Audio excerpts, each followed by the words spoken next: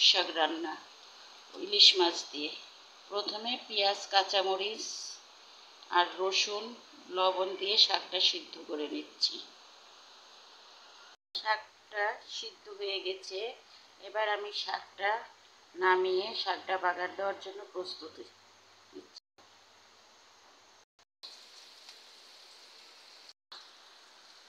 রসুন পেঁয়াজ দিয়ে নাড়াচাড়া করার পরে যখন পেঁয়াজটা একটু লাল হয়ে আসতেছে, মানে ব্রাউন কালার হয়ে আসতেছে, তখন একটু জিরা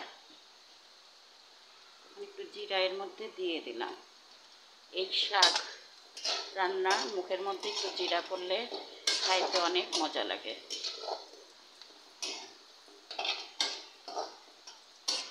যখন জিরাটা তেলের মধ্যে দেওয়ার পরে ফুটে উঠলো, তারপরে আমি পূর্বে সিদ্ধ করা শাক কচু শাকের মধ্যে ঢেলে দিলাম।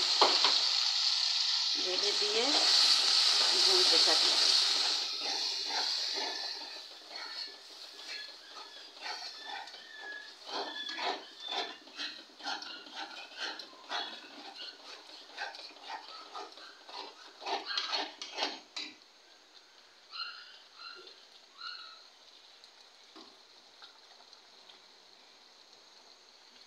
মায়ের কাছে রান্না শিখেছি তো, তাই মা বলতো কচুর শাকের মধ্যে একটু চাউলের গুঁড়া যদি গুলিয়ে দিয়ে থাকো তাহলে দেখবা শাকটা আঠা আঠা হবে, খেতে অনেক মজা হবে।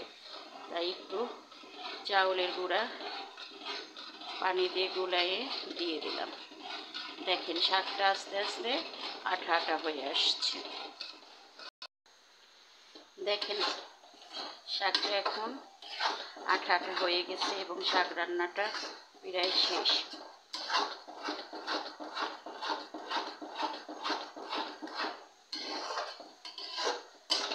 ইলিশ মাছের মাথা দিয়ে কচুর শাক রান্না হলো। ও আর একটা কথা, শাক কিন্তু আমি অনেক আগে কিনে তারপরে সিদ্ধ করে ফ্রিজে রেখে দিয়েছিলাম। আজকে তাই সেটা বের করে রান্না করলাম।